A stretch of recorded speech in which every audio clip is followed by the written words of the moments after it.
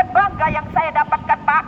Korban pencurian sesuai STPL yang dikeluarkan polisi, ya, sampai kena penganiayaan.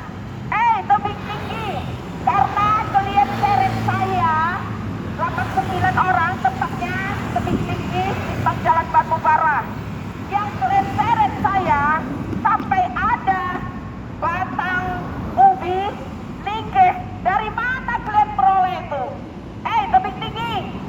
Udah biasa klien main seperti ini ya, baru tangkap tangan satu, ya. Main apa klien? Menyengsarakan orang, ya. Kita karena bangga ada polisi, kita lapor ke polisi. Bapak Kapolri, jangan mengatakan lapor polisi. Ada laporan kita di sini. Kenapa kita dianiaya, dibiarkan? Bapak Kapolri, ini visumnya yang saya pegang. Kembalikan uang visum. Waktu penganiayaan Imam Esa, kembalikan uang visum. 653.000 lain obat. Kembalikan uang visum. Bapak Kapolri, yang dilaporkan pencurian di tebing tinggi, mau kemanakan Bapak Kapolri barang buktinya? Mau kemanakan? Bukan hanya di tebing tinggi. Ini STPL-nya kita pegang nih, Pak. Ini stempel yang basah nih, Pak. Gak ada anak saya melaporkan penganiayaan. Ini markas besar, Pak. Kenapa ada laporan anak saya penganiayaan di sini? Pernah diminta awal terjadilah bla bla bla. Itu yang kita berikan. Cabut surat ini. Di Polres Jakarta Selatan kita temukan seperti ini. Ini tidak ada dilaporkan. Katanya sebagai lampiran. Lampiran juga tidak boleh, yang nggak jujur. Kerja pakai hati, jangan kerja pakai otak. Ya, jangan kerja pakai otak. Bapak Kapolri, jangan biarkan saya. Saya di sini bukan penghibur. Saya mencari kepastian hukum. Keadilan untuk siapa saja, Bapak Kapolri. Saya di sini mencari keadilan, bukan membiarkan. Kita lapor ke polisi, tentunya kita kejar polisi. Ya, Bapak Kapolri, saya besok akan masuk kembali jam 9 lewat. Kita akan masuk kembali. Kita mencari kepastian hukum. Ya, tebing tinggi.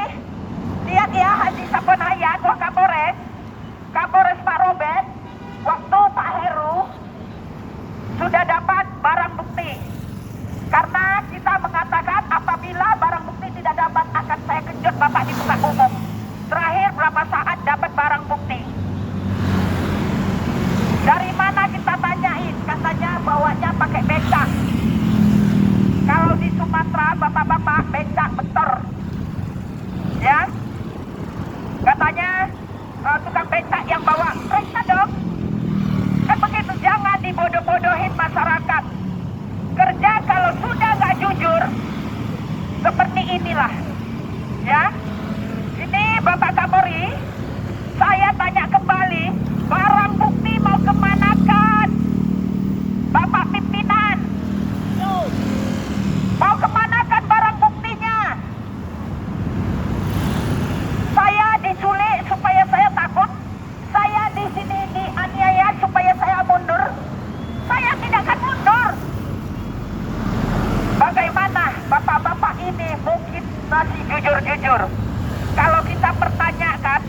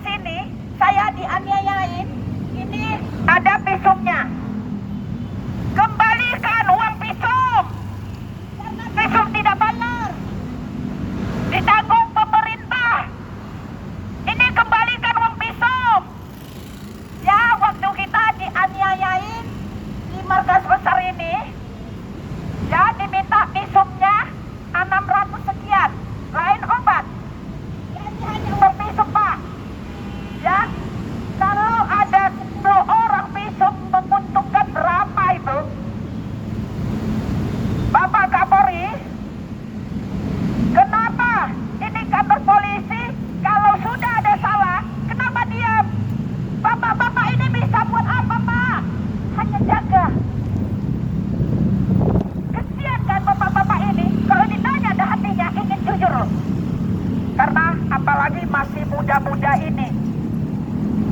Bapak Kapolri, ajarin anggota, kasih contoh anggota punya tanggung jawab. Bagaimana Bapak Kapolri aja juga nggak tanggung jawab. Yang tanggung hajam saya, Pak. Korban pencurian bisa terjadi bla bla sampai di sini juga dianiayain. Ada apa dengan polisi? Kita nggak boleh teriak. Kan itu kan? Kenapa dianiayain juga di markas besar ini? Bapak Kapolri, tolong petunjuknya, Pak. Karena kalau bapak-bapak ini hanya jaga. Bapak kepala kepolisian. Kenapa nggak diam, Pak? Bapak lihat kok di CCTV ini ada. Ya, jarum jatuh satu Bapak juga tahu. Saya tetap ngejar ini, Pak. Lambat tepat dijanji semua janji yang berbintang, Kapolresnya juga janji. Mana? Takut ya kasus ini terbongkar. Ini memang harus dibongkar. Karena masih banyak polisi yang baik, Pak. Ya, kesian banyak yang baik, Pak. Jangan pembiaran. Berlumut. Ya. Bapak Kapolri, barang buktinya mau kemanakan? Bapak Kapolri, ini pisumnya dibayar nih. Kembalikan nih. Ya. Besok kita teriakin lagi, Pak.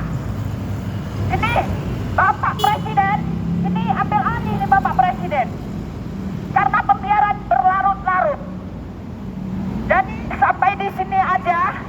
Terima kasih Bapak-bapak.